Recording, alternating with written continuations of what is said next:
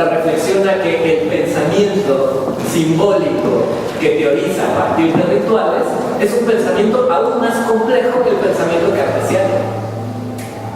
¿Por qué?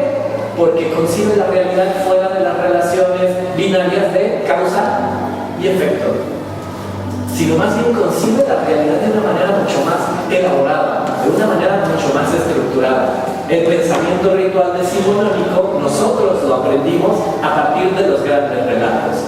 ¿Y cuáles fueron los grandes relatos? Fueron las grandes y viejas religiones de los libros antiguos. Todas ellas entendían el concepto de ritual desde un punto de vista de traducción de símbolos y significados, transmisión de elementos en términos sociales y comunión en conformación de identidades estructuradas. Si observamos estos tres grandes temas, las grandes y viejas religiones observaban que los rituales, a final de cuentas, servían para congregar a las personas. Y ese es un asunto muy interesante que tiene la vida ritual. La vida ritual maneja, pensándolo en términos levi-straussianos, tres grandes elementos: su composición simbólica, su composición objetiva y su composición entre individuos. ¿Qué quiere decir esto? Que si observamos, como lo dice Levi-Strauss, la vida en términos rituales, siempre encontraremos estos tres elementos: símbolos, objetos y personas.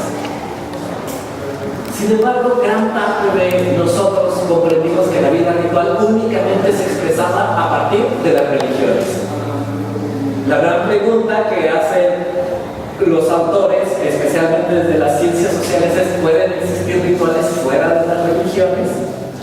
¿Qué sucede en la primera modernidad cuando el pensamiento laico, el pensamiento secular y el pensamiento de la razón vence frente al pensamiento de la fe, a la caída de estas grandes instituciones que generaron identidades por más de varios siglos?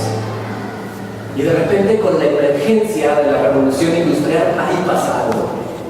Pasa algo con el tema de las religiones como instituciones, pero también pasa algo con el tema de los rituales como elementos de congregación, como elementos de transmisión y como elementos de traducción. Si se dan cuenta, la palabra transmisión, traducción tienen la misma raíz, que en su sentido básico implica dar a conocer ciertos códigos que necesitan ser replicados o necesitan ser trasladados de una generación a otra. Traducir, transmitir, tradición. Las tradiciones son inventos de los grupos sociales. Y estos inventos de los grupos sociales siempre pasan frente a un criterio de relaciones de poder. Decimos cuáles son las tradiciones verdaderas. Es más, nos emociona decir: esto sí es lo tradicional, este ritual es auténtico, este ritual es originario, este ritual es un performance, es algo folclorizante. Es interesante cuando nosotros observamos en la construcción de los rituales una construcción a partir de los símbolos que, como dice Clifford Geertz, generan estados de ánimo. Y ese me parece que es un cuarto elemento fundamental para hablar de la vida de los rituales: objetos, sujetos, símbolos y estados de ánimo. ¿Quién de ustedes, de repente, cuando se encuentra en una ceremonia donde ve a gente querida, donde se reúne y donde hay momentos específicos dentro de ella, no siente emoción, no siente alegría, no siente ganas de sonreír, ganas de bailar, ganas de estar ahí, ganas de pertenecer? Y los principios básicos que tienen la vida de los rituales son dos: la pertenencia, que es conviviendo, construyendo, comunicando y estableciendo una comunión. Por eso, cuando pensamos en los rituales religiosos de la tradición judeocristiana, vemos que el clímax del ritual tiene que ver con la comunión, con la comunicación, con la construcción de lo que Víctor Turner llama el comunitas, este espíritu que en este momento nos hace iguales. Que ese es uno de los elementos básicos también para comprender la vida ritual. El ritual sirve como un mecanismo performativo para generar una identidad en un momento determinado. Es lo que se le llama el comunitas. cuando superamos nuestras diferencias y en un momento asumimos que formamos parte de un momento, de un espacio y de un todo. Esto es interesante, porque si concebimos como esos principios básicos de la vida ritual, entonces vamos a tener como algunas premisas de qué sucede a partir de un pensamiento de la modernidad que suscitaba y que enarbolaba la muerte de los dioses a nuestra vida cotidiana. Y nuestra vida cotidiana entendida como el día a día dentro de las ciudades, el día a día de jóvenes estudiantes, el día a día de jóvenes profesionistas y el día a día de las personas que nosotros conocemos. ¿Cómo podemos entender esta parte de procesos rituales? Cuando Víctor Turner escribe un maravilloso libro llamado La selva de los símbolos, lo primero que identifica es que ante el crepúsculo de las grandes instituciones, especialmente como la religión y la política, el ritual no se muere, sino se transforma. Y esas transformaciones son interesantes porque hoy en día marcan nuestro proceso de un mundo que además ya no es un mundo comunitario, porque nuestra comunidad ya no es un punto específico en el territorio, sino también es un punto de información globalizado y donde el espíritu del comunitas hoy en día se alimenta de un conjunto de símbolos y disímbolos totalmente emergentes hacia una patria global. ¿Cómo se construye hoy en día ese comunitas? Algunos de nosotros hoy en día todavía tenemos esas sensaciones, esos estados de ánimo, estos manejos de objetos, de símbolos con sujetos, o simple y sencillamente desaparecieron. ¿Qué sucede en el momento que nosotros asumimos en nuestra adolescencia que ya no vamos a ir el domingo en la mañana a misa? Ese momento justo cuando tratamos de retar al status quo, que está representado de una manera muy tangible por nuestro padre, por nuestra madre, y le decimos, ya no quiero ir. ¿Qué pasa con nuestra vida ritual? Díganme, en ese momento se sepulta o tratamos de construir otras formas rituales. Tratamos de construir otro comunitas diferenciado fuera de estos procesos hegemónicos de instituciones sociales históricas como la religión. Cuando lo vemos en la política, hoy en día, créanme que nadie de nosotros tiene empacho de ponerse a leer en las redes sociales cuántos memes se pueden hacer si el Papa se cae. ¿Cuántos memes se pueden hacer si el presidente, como es parte muchas veces de su vida cotidiana, pues mete la pata? ¿Qué pasa con estos dos principios? Es el fin de las instituciones, de las grandes instituciones clásicas de la humanidad, la religión y la política. ¿Qué sucede con ellos? Durante mucho tiempo generaron un conjunto de procesos rituales.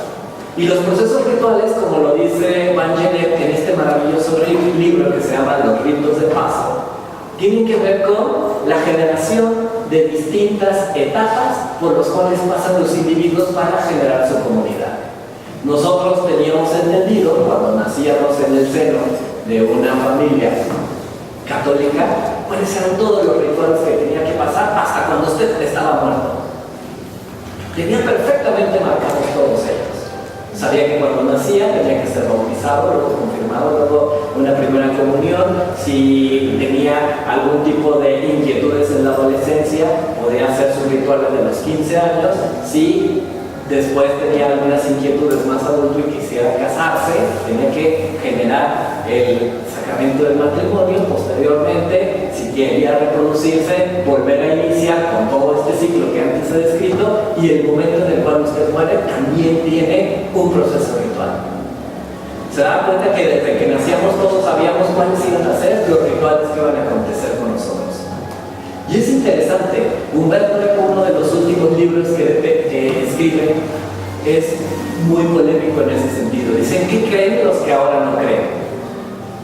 Y su principal hipótesis es de que la gente no ha dejado de creer, solo dejó de creer en las viejas grandes instituciones. Ya no cree en el Estado, por supuesto, ya no cree en la Iglesia, por supuesto. Ahora, ¿en qué cree?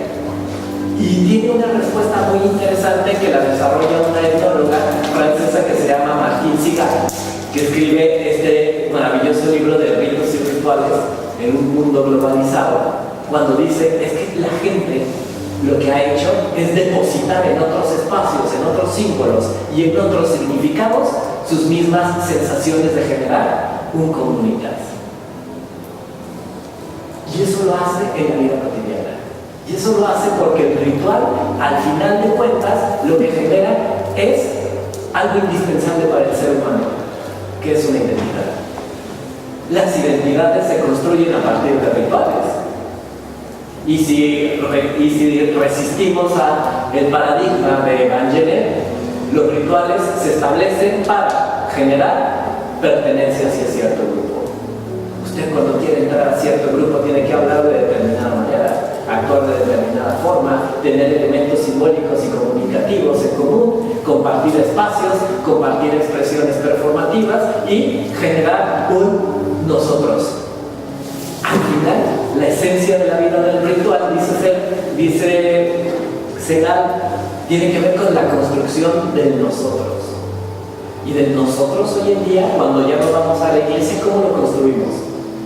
¿Cómo lo construimos cuando estos espacios decimonónicos se cayeron como castillos de naipes en medio de una ventisca?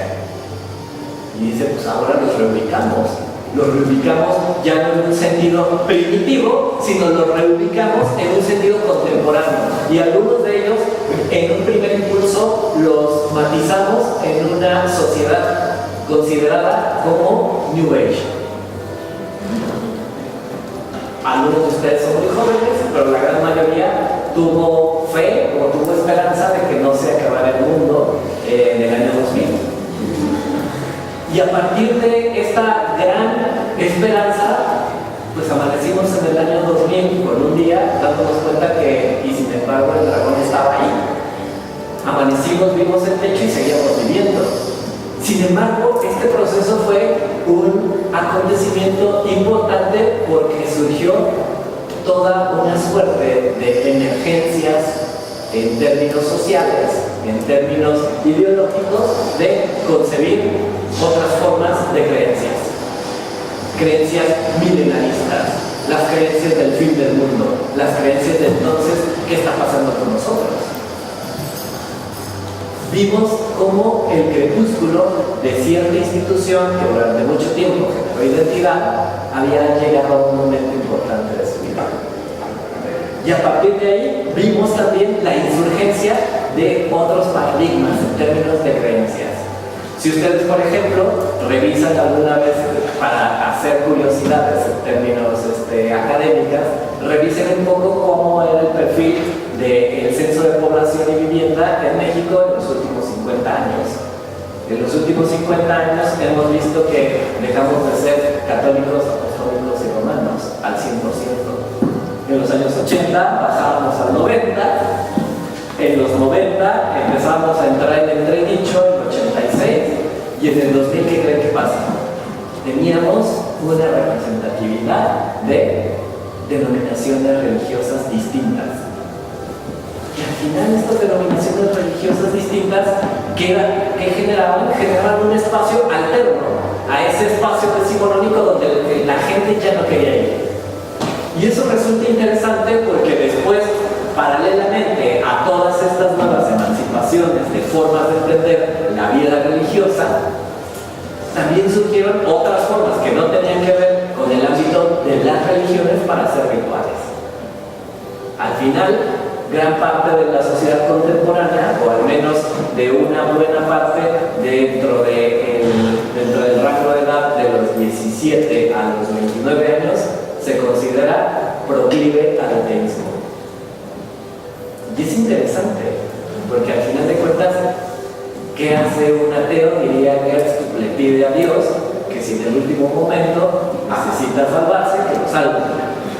Pero mientras tanto, que haga caso omiso de todas sus faltas. Y es que ¿cómo no ser así? Si cada vez nosotros somos más reflexivos, más críticos, más incisivos de lo que puede ser un sentido de la vida religiosa.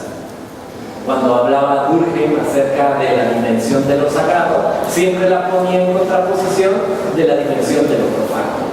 Entonces, ¿qué pasa? Diría Mircea Eliade. Los seres humanos, entre más racionales, nos volvemos más profanos, y los seres, digamos, más religiosos y más ritualistas se convierten en sujetos más sagrados.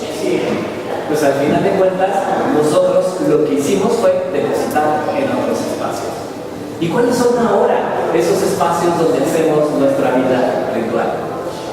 Hoy en día, ninguno de ustedes me podrá negar acerca de cómo vamos construyendo espacios de socialización donde generamos identidad, donde tenemos elementos relacionados con símbolos, con significados, con objetos y con personas.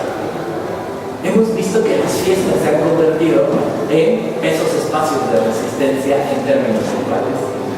Podríamos ahorita hacer un inventario de cuáles son los momentos que tiene una fiesta, una buena fiesta en específico. ¿Cómo va surgiendo? Va surgiendo con que los invitados van llegando a un espacio determinado, en muchos casos pueden traer una etiqueta específica, tienen que llevar algún tipo de complementos en términos de bebidas espirituosas, por eso se llaman así a veces, de manera coloquial, le llamamos así a estas bebidas sagradas, bebidas espirituosas, alimentos rituales, música, y todo eso lo mezcla, lo echa a andar. ¿Y qué sucede? Va generando un proceso en el cual, no sé si alguno de ustedes llegue a decir, esta fiesta está buena. Esta fiesta está buena cuando va construyendo con todos esos elementos un conjunto de interacciones en términos identitarios, y a partir de ahí va generando un espíritu común, el comunidad que llama Víctor Torres. Cuando todos nos sublimamos y de repente, ¡pum!, llega la persona del cumpleaños y todo lo queremos cargar, y le cantamos las mañanitas, y lo queremos pasear por todos lados, y lo queremos lanzar hacia el cielo. Al final de cuentas, forma parte de este laberinto donde encontramos nosotros respuestas para no dejar de hacer lo que el ser humano sabe hacer. Y en términos básicos, Mircea Eliade dice que el ser humano nace sabiendo hacer rituales, porque es lo que ha visto toda su vida. Nace siendo parte de un ritual, que es un ritual de la concepción, y también nace creciendo en una suerte de rituales que van marcando sus etapas dentro de la vida. Y específicamente cuando vamos viendo en este mundo contemporáneo cómo estos espacios emergen esas sensaciones. ¿Se acuerdan que dijimos que Clifford Geertz hablaba de una característica del ritual era generar estados anímicos? La euforia, la alegría, la aflicción, la tristeza. ¿Qué pasa cuando hoy en día, al menos que ustedes digan lo contrario, todavía los seres humanos seguimos muriendo? Y ese es el ritual que más nos cuesta trabajo no entender. Ese es el ritual que más trabajo nos cuesta colocarlo en un proceso de observar que el mundo sagrado ha caído frente a un crepúsculo ideológico. Al final, como cuesta trabajo, el muerto ya no lo hace, ya no tiene que convencer a los familiares, pero los vivos son los que toman decisiones de la vida ritual. El primer paradigma, el paradigma del espacio. Ustedes sabían, mucho antes de este crecimiento y implosión de las ciudades, 1970-1980, en las grandes ciudades, a partir de 1965, empezaron a llenarse los panteones, ¿verdad? Entonces, como un tema de sanidad, comenzaron a reflexionar otros procesos vinculados con el tratamiento de un cuerpo inerte, de un cuerpo muerto. Y empezó, en términos institucionales, el Estado a generar edificios para la cremación. Esto es interesante porque tradicionalmente, ¿qué se hace con un cuerpo inerte? Pues va a una tumba, ¿verdad? Va a la tierra, regresa a la tierra. Hay una lógica en la cual nosotros nacemos del seno de la tierra y tenemos que devolvernos a ese lugar. Un poco en el sentido del ensayo del don de Marcel Mauss: dar, recibir y devolver. Tenemos que regresar nuevamente a esa tierra. ¿Y qué pasa cuando modificamos esa parte del ritual dentro de este escenario? Porque ya no cabemos todos en un cementerio y ahora nos creman para que de una cajota se haga una cajita. Imagínense, parecería un asunto totalmente durkheimiano en el tema de una razón pragmática. Razón pragmática, una caja de cenizas ocupa menos espacio que una caja con un cuerpo que se va descomponiendo. cómo esta transformación en el tema del tratamiento de un cuerpo inerte se transforma hacia comprenderlo como un elemento que ya no se va a la tierra, sino está ahí. Y que de vez en cuando puede tener un testamento que diga: vayan y me tiran a la playa, vayan y me ponen en una montaña, siembrenme en un árbol, o manténganme al lado de la chimenea justo con la televisión para estar siempre cerca de ustedes. Usualmente no sucede como este tipo de procesos. ¿Cómo se modifica un esquema de pensamiento con una práctica? Y una práctica que tiene que ver con la institución de la muerte. Cuando lo vamos pensando de esa manera, entonces vamos viendo cómo modificamos un esquema de ánima, un esquema de alma, un esquema de transición de qué pasa más allá de la vida cuando nosotros encendemos la televisión, vemos el Netflix y ahí está nuestro abuelo arriba de la cajita. Es una sensación extraña y es una sensación también de cercanía. Quizá usted antes de encender el televisor apague y le diga al abuelo que tiene ganas de platicar con él, o le diga a la entidad que representa esas cenizas cómo le fue en su vida cotidiana. Eso podríamos decir que es un elemento ritual. Eso podemos decir que forma parte de un elemento de lo sagrado. Al menos ahí diríamos, en términos básicos, en términos de veríamos, ahí hay una concepción animista, que pensamos que esas cenizas nos escuchan, que esas cenizas tienen una voluntad, que esas cenizas tienen una identidad, y que esas cenizas, si yo no platico con él y yo no le pongo unos panecitos en Día de Muertos, ¡pum!, vienen a recordarme en sueños acerca de lo desdichado que he sido y de lo mal agradecido y de lo mal que me puede ir. ¿Cómo podemos, imagínense, cómo podemos improntar en términos culturales estos elementos significantes hasta poder soñar con las ánimas de los antepasados? Eso es interesante, porque al final de cuentas podríamos decir: es que yo ya no creo en eso.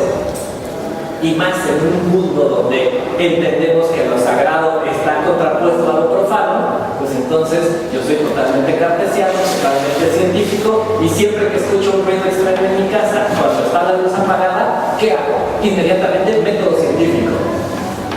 Es la llave del agua, es el piso, es que la casa está vieja, pero jamás decimos: es un espíritu que viene a aterrarme porque no he hecho un conjunto de rituales para honrar su memoria en este lugar que además era viejo.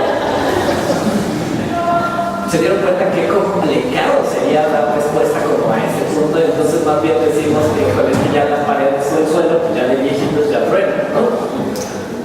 Eso podríamos decir que al final de cuentas es un atajo que tenemos en este mundo secularizado, y que sin embargo cuando de repente algo sucede y que vemos que se cae esta mampara lentamente, pues entonces empezamos a hacernos más preguntas que nunca queremos responder.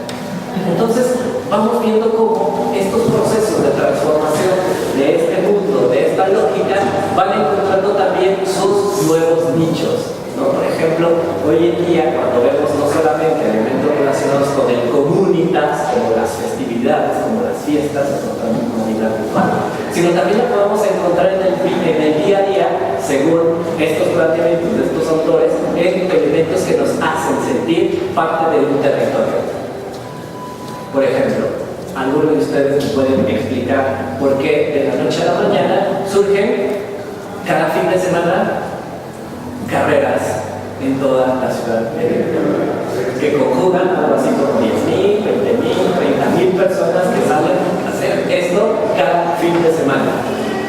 Y entonces, si lo analizamos de una manera muy sencilla a partir de este proceso en términos institucionalizantes, vamos a dar cuenta que la gente va y paga por tener una identidad, por tener un estado anímico, por portar un jersey con un tema simbólico y objetivo, pero también por estar pisando un territorio que, si no lo hace de esa manera, jamás lo vuelve a pisar. Cuando hacíamos una investigación relacionada con los rituales contemporáneos y platicábamos con gente del mundo de los rocas, que es como una identidad que ellos mismos se forman, decían: este es el único momento en el cual puedo pisar la mitad de la calle y puedo irme corriendo por todo Zaragoza sin que ningún coche me atropelle. Y luego, cuando platicábamos acerca de esto, esa sensación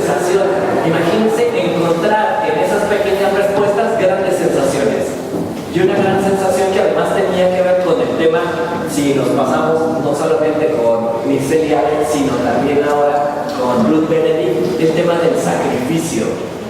Muchas veces los rituales están atravesados por los sacrificios. Justo ahora acaba de ver uno de los grandes rituales decimonónicos de la cultura queretana, que es ir a la peregrinación al Cerro de Peña. Si alguno de ustedes más o menos sabe un poquito de esa historia, pues es una de las peregrinaciones que más congrega gente de la sociedad queretana de todo el estado. Y frente a ella también sucede como el ritual en términos paralelos, porque toda esta gente va, camina y se salva. ¿Y qué pasa con estos espacios? Pues los ocupamos generando otro tipo de rituales, ahora llamados festivales, ahora llamados ceremonias, ahora llamados eventos especiales. ¿Qué pasa cuando la gente con una convocatoria mínima llega y congrega los espacios? Recuerden que también el ritual sirve para refundar el territorio. Refundar el territorio quiere decir hacer una práctica distinta a la cotidiana. Cuando nosotros por fin, por ejemplo, los meeting, un meeting, una marcha, es una nueva forma de elemento ritual. Y eso es maravilloso, porque usted puede ver cuando forma parte de ello, que ve banderas, ve consignas, ve música, ve una entonación, ve una suerte discursiva, una suerte performativa, y llega el momento culmen que alguien toma un micrófono y es el clímax. Y nos hace sentir que verdaderamente podemos transformar la realidad a partir de nuestra unión. Se da cuenta que fue un proceso de resacralización del espacio, por eso luego también en términos políticos, a la vida política e institucional le da miedo que la gente haga esta clase de rituales. Porque como lo diría Víctor Turner, una de las formas donde construimos el comunitas es retando a la autoridad. Porque al final el mundo de lo sagrado no tiene tiempo ni espacio. El mundo de lo sagrado es un mundo performativo que nos habla de ayer, de hoy y del futuro. Salimos a la calle no por el hoy, sino por el mañana. Salimos a la calle recordando a aquellas personas que fallecieron por haber salido a la calle y haber sido reprimidas. Se dan cuenta que la dimensión ritual también es una dimensión atemporal. Es una máquina del tiempo que puede regresar a los mitos tradicionales y a los grandes relatos en términos de leyendas, reconfigurados hacia un mundo contemporáneo, practicados en un tiempo presente para transformar el futuro. Y eso es muy interesante, lo podríamos ver, por ejemplo, en los ritos de aflicción, nuevamente regreso a los ritos de muertos. Los ritos de aflicción en los cuales si la gente o el tejido social de un difunto no establece los rituales después del muerto, ¿qué pasa con el difunto? Pues su suerte no es atravesada por esta garantía de bienestar.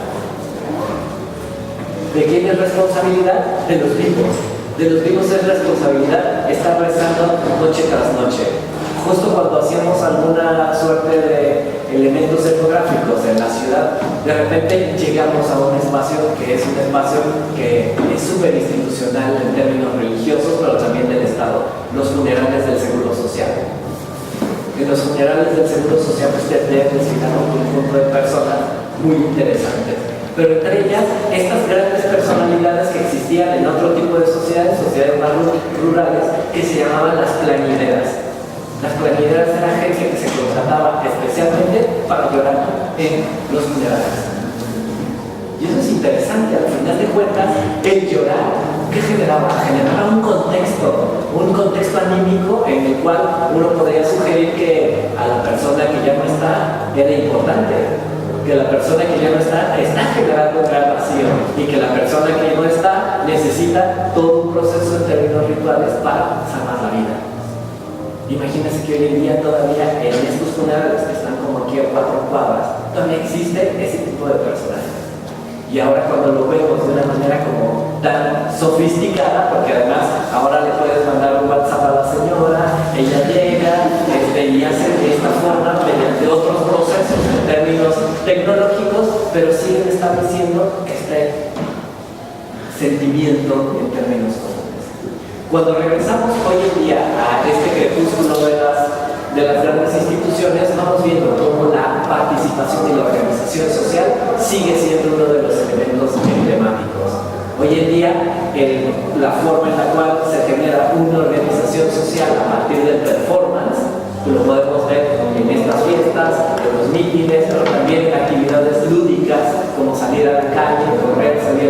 respeta ir, por ejemplo, a espectáculos relacionados con los deportes.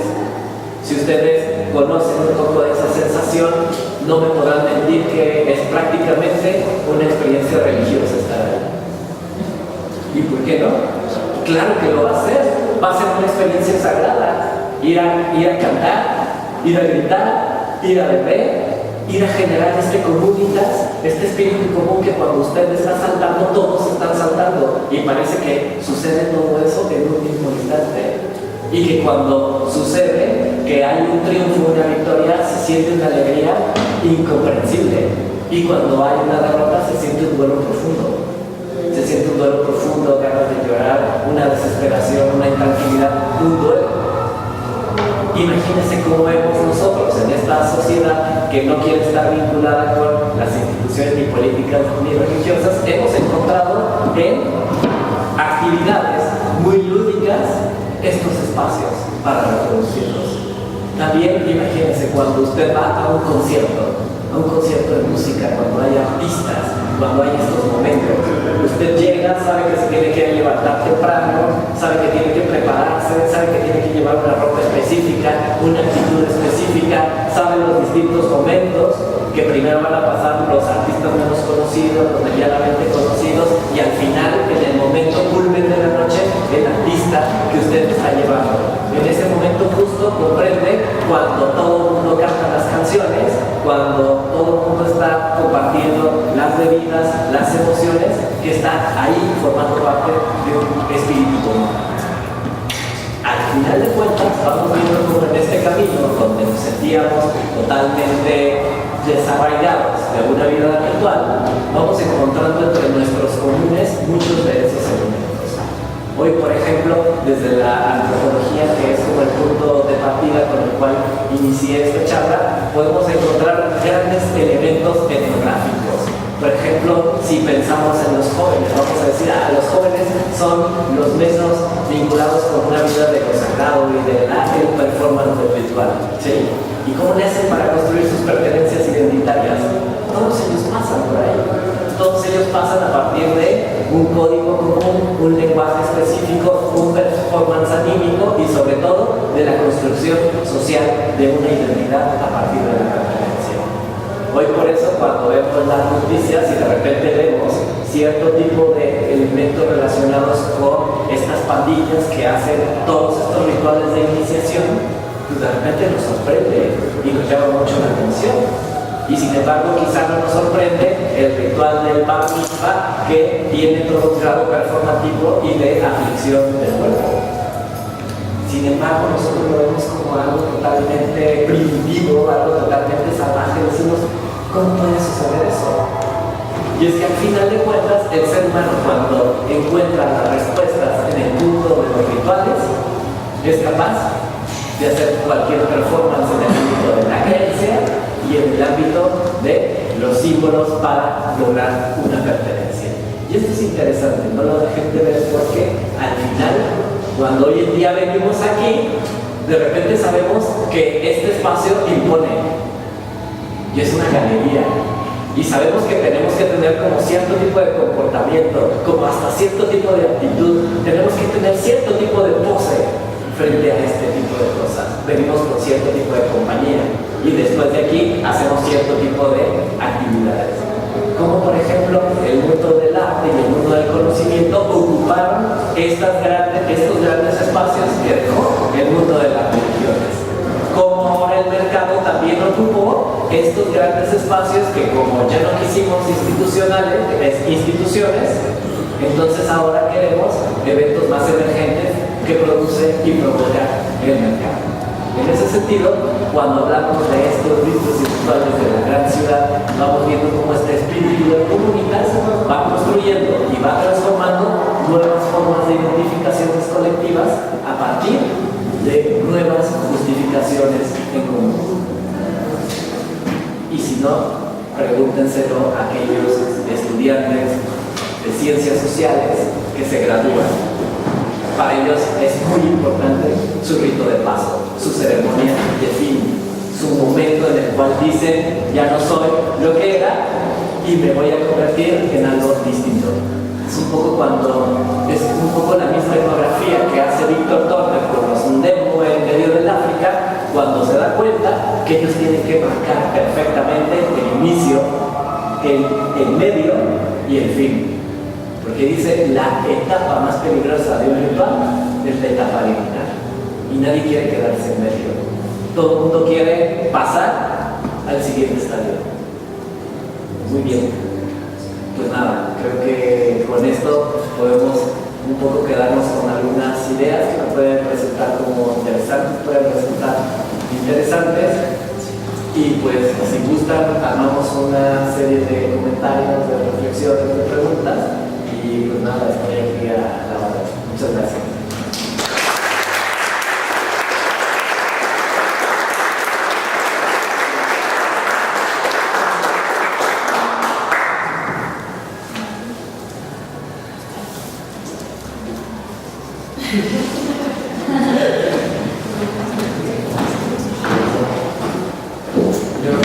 Doctor, ¿usted cree que pudiera decir que el ritual, para hacer ritual, precisamente pasaría como una especie de método científico?